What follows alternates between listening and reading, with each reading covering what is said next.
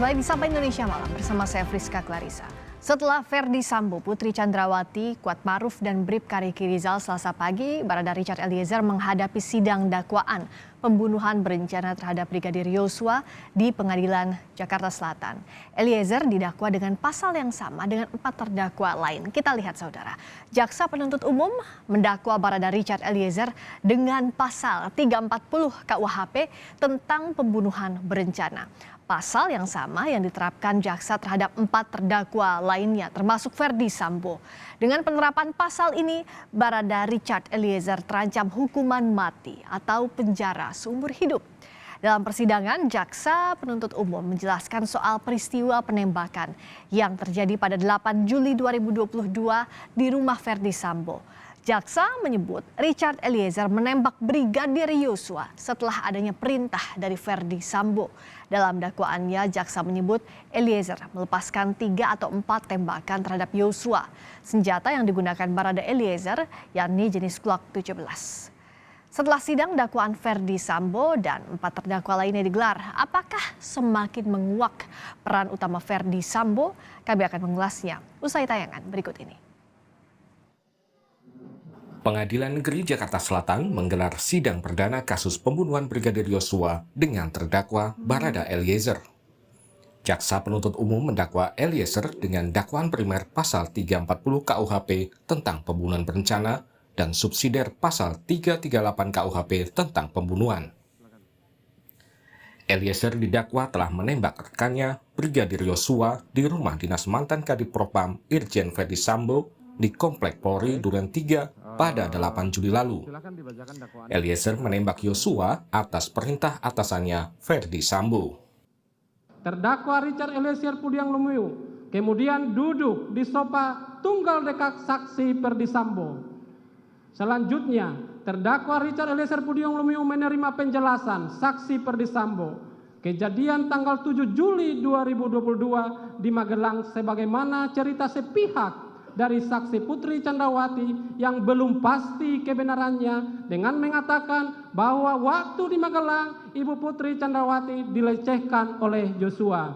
Setelah itu, terdakwa Richard Eliezer Pudiang Lumiu yang menerima penjelasan tersebut merasa tergerak hatinya untuk turut menyatukan kehendak dengan saksi Ferdi Sambo. Di saat yang sama, perkataan saksi Ferdi Sambo itu juga didengar saksi Putri Chandrawati yang langsung keluar dari kamarnya menuju sofa dan duduk di samping Ferdi Sambo sehingga ikut terlibat dalam pembicaraan antara saksi Ferdi Sambo dan terdakwa Richard Eliezer Pudiang Lumiu. Selanjutnya, saksi Ferdi Sambo mengutarakan niat jahatnya dengan bertanya kepada terdakwa Eliezer Pudiang Lumiu, "Berani kamu tembak Yosua?" Atas pertanyaan saksi Ferdi Sambo tersebut, lalu terdakwa Richard Eliezer Pudiang Lumiu menyatakan kesediaan, "Siap, Komandan." Sebelumnya, Pengadilan Negeri Jakarta Selatan juga telah menyidangkan terdakwa pembunuhan berencana Yosua lainnya Senin kemarin. Dalam sidang perdana kemarin, Ferdi Sambo mendapat 2 dakwaan. Dakwaan pertama, jaksa menuding Sambo melakukan pembunuhan berencana terhadap anak buahnya sendiri, Brigadir Yosua. Lalu, saksi Putri Chandrawati mengaku bahwa dirinya telah dilecehkan oleh korban Nofriansah Yosua Huta Barat. Mendengar cerita si pihak yang belum pasti kebenarannya tersebut, membuat terdakwa Sambo SH SIK MH menjadi marah.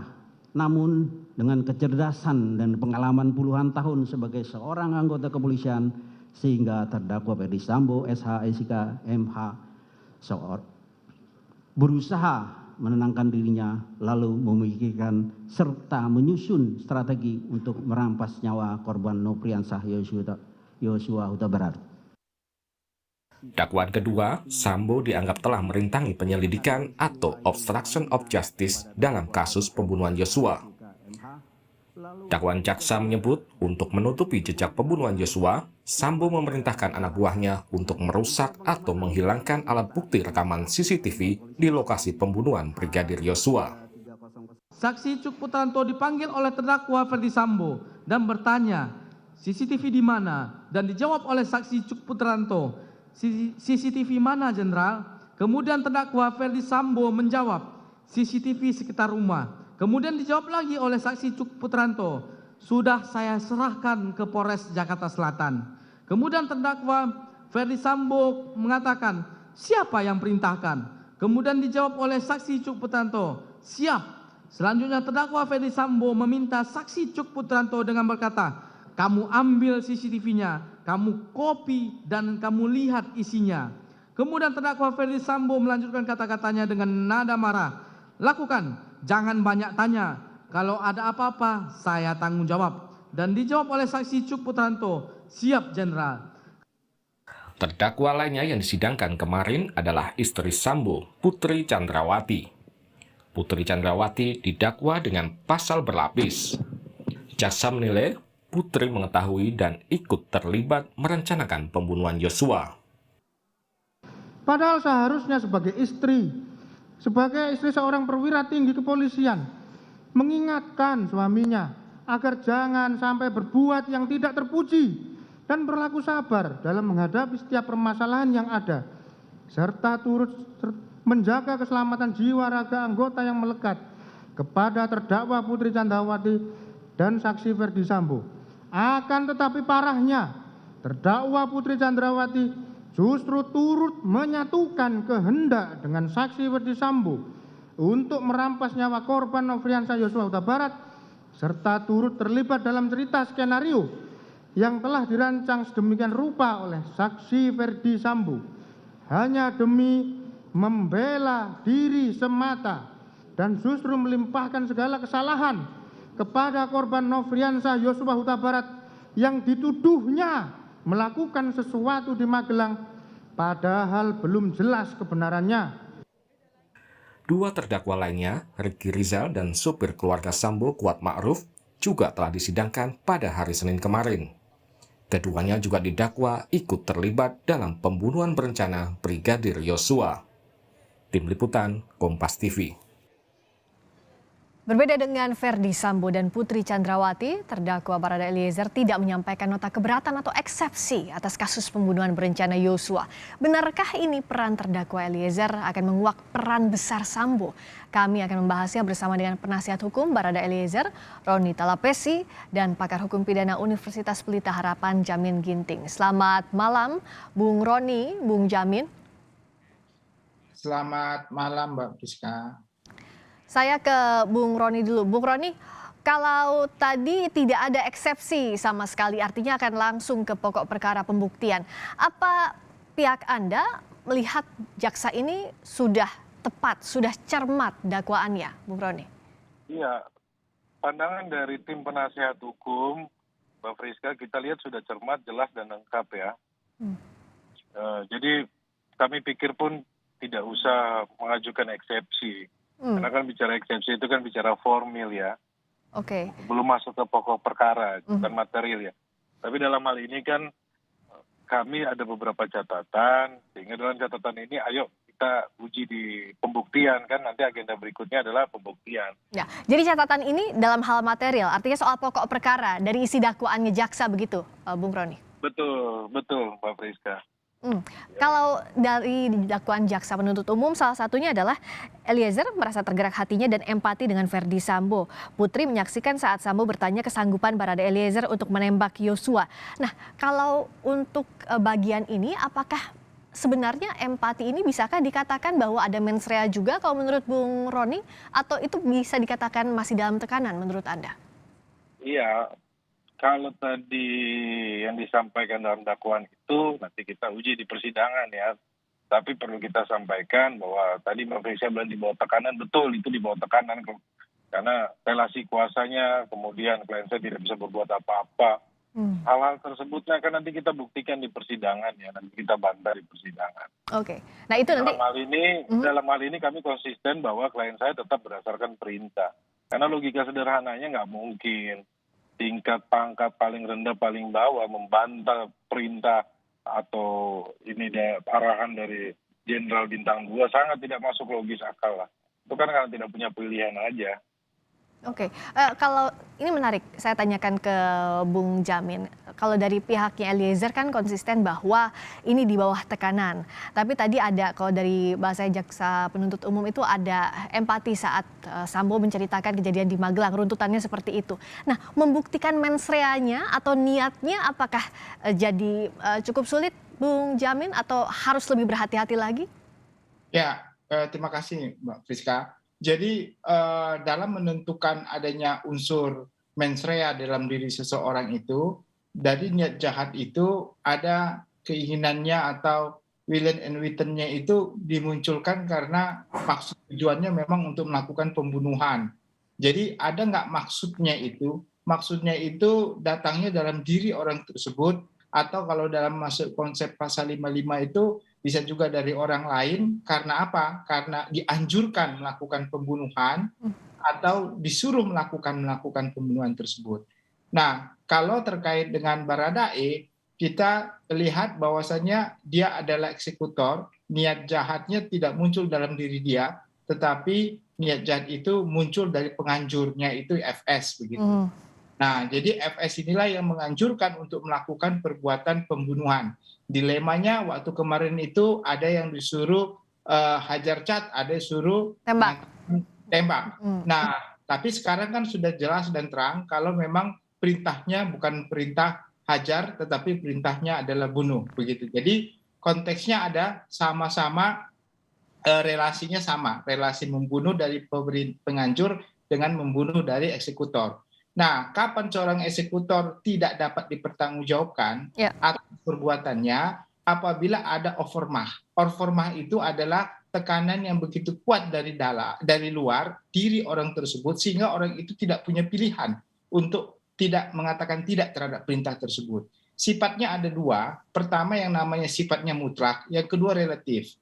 Nah, kalau sifat mutlak, dia sama sekali tidak punya lagi pilihan lain, seperti contohnya orang yang merusak kaca dinding itu karena diangkat, ya, contohnya si A diangkat oleh orang kuat lalu dilemparkan ke kaca dinding dan kaca dinding pecah. Jadi orang yang diangkat tadi tidak bisa dinyatakan sebagai pengerusakan karena dia tidak punya daya, itu mutlak. Hanya satu-satunya jalan begitu ya kalau mutlak ya. Kalau relatif? Oleh orang yang lebih besar dan dilemparkan ke dinding. Dia nggak bisa dinyatakan melakukan pengerusakan terhadap dinding.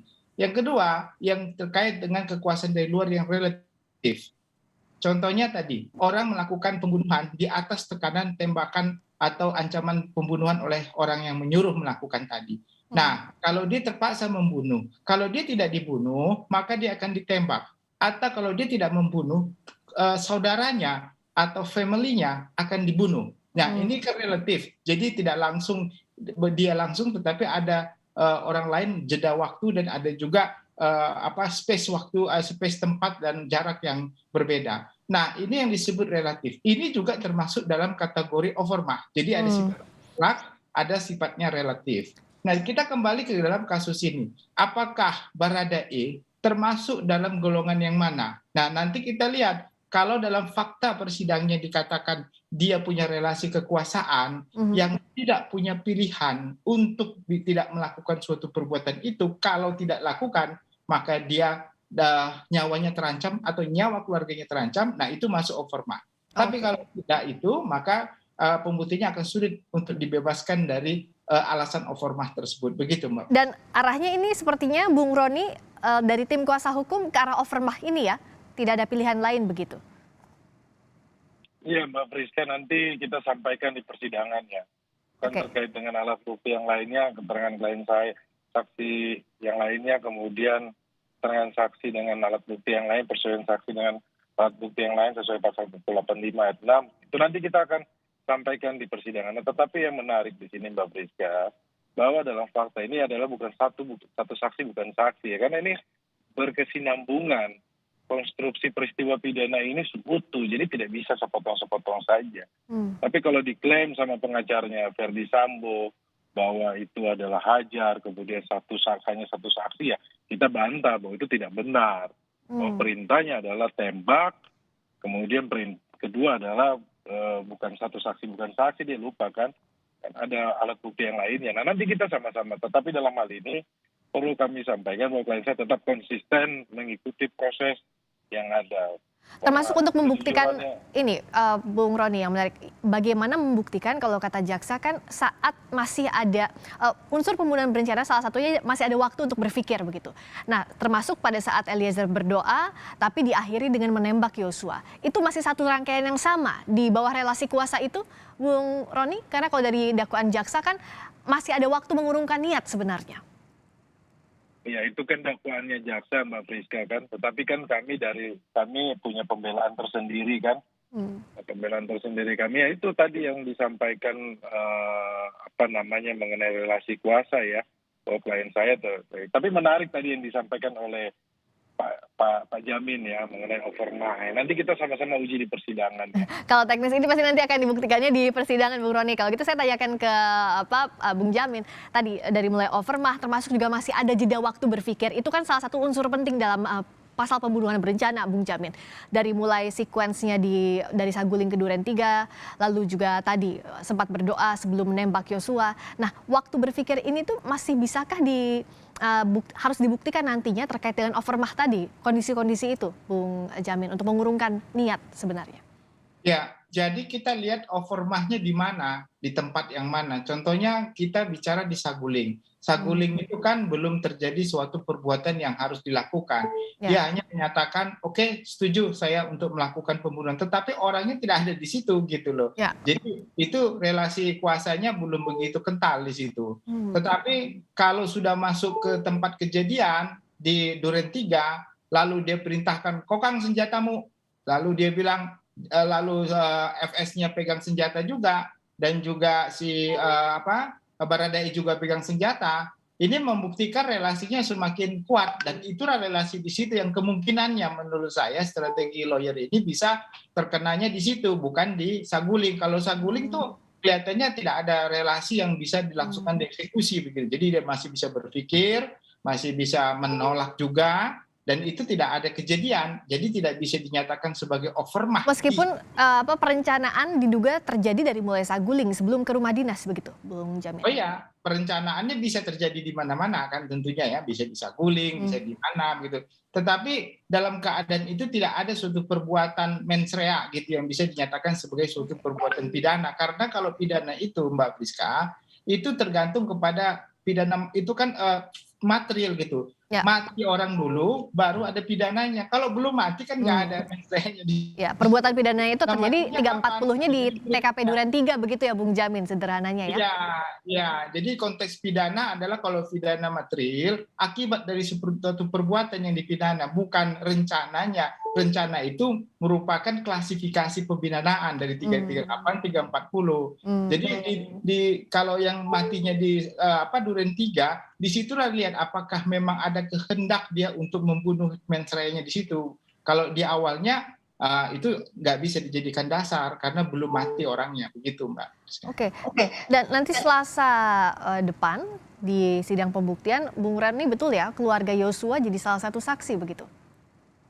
Betul Mbak Priska, tadi disampaikan oleh ayahnya Yosua ya? Untuk meminta JPU untuk menghadirkan saksi pelapor ya. Nanti kalau dijelaskan di persidangan lebih detailnya, ayah Yosua ini akan menyampaikan terkait? Saya pikir harus tanya jaksa penuntut umum ya. Karena itu ranahnya di jaksa ya yang menghadirkan ayah Yosua itu ya? Betul.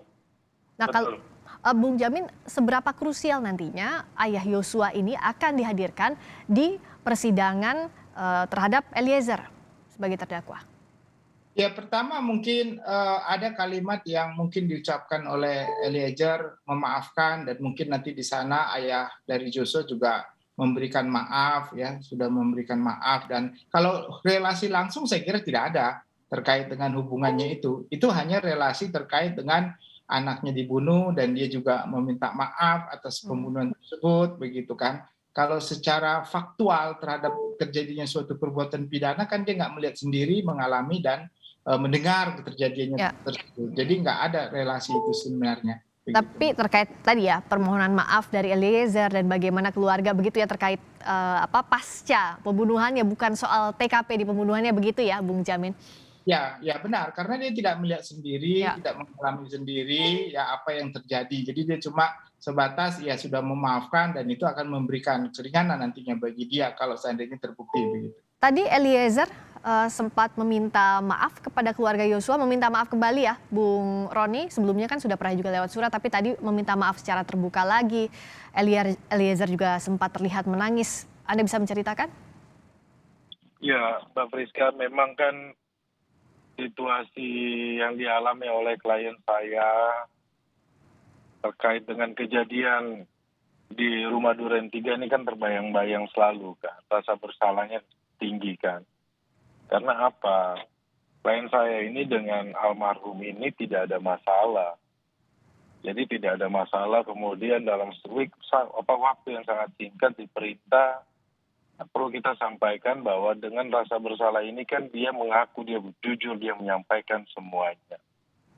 Tetapi yang paling penting kan rasa bela sungkawa yang disampaikan hari ini datangnya tulus dari hati Richard Eliezer, memohon ampun pada Tuhan, memohon maaf kepada keluarga. Semoga ini menjadi keringanan, menjadi hatinya menjadi plong ya, hatinya menjadi lebih baik. Karena rasa bersalah itu masih menghantui Richard Eliezer. Ya mungkin dengan dia menyampaikan surat permintaan maaf ini kan secara terbuka, karena dari kemarin kan hanya lewat tulisan kan, ini makanya menyampaikan secara terbuka. Semoga keluarga bisa menerima. Bung Roni, kita putar kembali ya, dan juga Bung Jamin dan Anda pemirsa, kita dengarkan kembali saat Eliezer membacakan permintaan maafnya di muka publik tadi. Sekali lagi, saya menyampaikan turut berbelasungkawa yang sedalam-dalamnya untuk kejadian yang telah menimpa almarhum Bang Yos.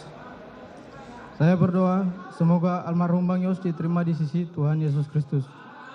Dan untuk keluarga almarhum Bang Yos, Bapak Ibu, Resa, serta seluruh keluarga besar Bang Yos, saya memohon maaf. Semoga permohonan maaf saya ini dapat diterima oleh pihak keluarga. Tuhan Yesus selalu memberikan kekuatan serta penghiburan buat keluarga almarhum Bang Yos. Saya sangat menyesali perbuatan saya, namun saya hanya ingin menyatakan bahwa saya hanyalah seorang anggota yang tidak memiliki kemampuan untuk menolak perintah dari seorang jenderal. Terima kasih.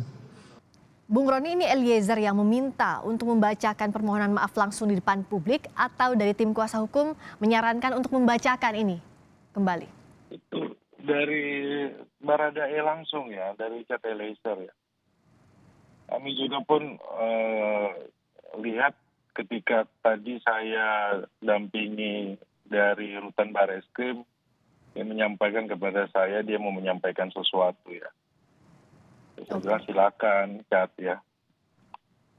Jadi menyampaikan sesuatunya adalah permohonan maaf dari surat yang ia tulis sendiri. Saya ke Bung Jamin. Ini kan pembuktian masih panjang lah, kita tidak bisa menyimpulkan di awal. Tapi setidaknya posisi sebagai penguak fakta atau justice collaborator, juga ada rasa penyesalan, dan juga ada relasi kuasa, itu apakah bisa jadi alasan bahkan hingga pemaaf atau juga meringankan hukuman begitu? Bung Jamin, suaranya belum terdengar. Ya. Oke, sudah terdengar sekarang. Silakan. Ya, kalau overma itu sudah jelas. Overma itu bagian alasan pemaaf ya atas perbuatan orang tersebut. Jadi ada perbuatannya, ada mensreanya, tapi bisa ada alasan pemaafnya. Tapi kalau ini memohon maaf atas perbuatan dan ini terkait dengan alasan peringan, maksudnya meringankan hukuman. Bukan melepaskan dari segala tuntutan hukum gitu. Ini dua hal yang berbeda. Jadi nanti kita lihat aja apakah target yang diharapkan ini adalah untuk membebaskan dia dengan alasan overma atau JC-nya yaitu untuk memberikan keringanan terhadap hukuman tersebut. Ya mudah-mudahan yang mana yang nanti yang bisa dipertahankan untuk dari penasihat hukumnya. Ini yang kita nantikan di pembuktian, apakah meringankan hukuman atau bahkan ada alasan pemaaf dalam konteksnya overmah, tapi itu tentu pembuktiannya harus dibuktikan secara menyeluruh di persidangan nanti dan tergantung keyakinan hakim juga kalau soal ini. Ya. Terima kasih Bung Roni Talapesi, kuasa hukum pada Richard Eliezer, dan Pak Jamin Ginting, pakar hukum pidana, telah bergabung di Sapa Indonesia Malam.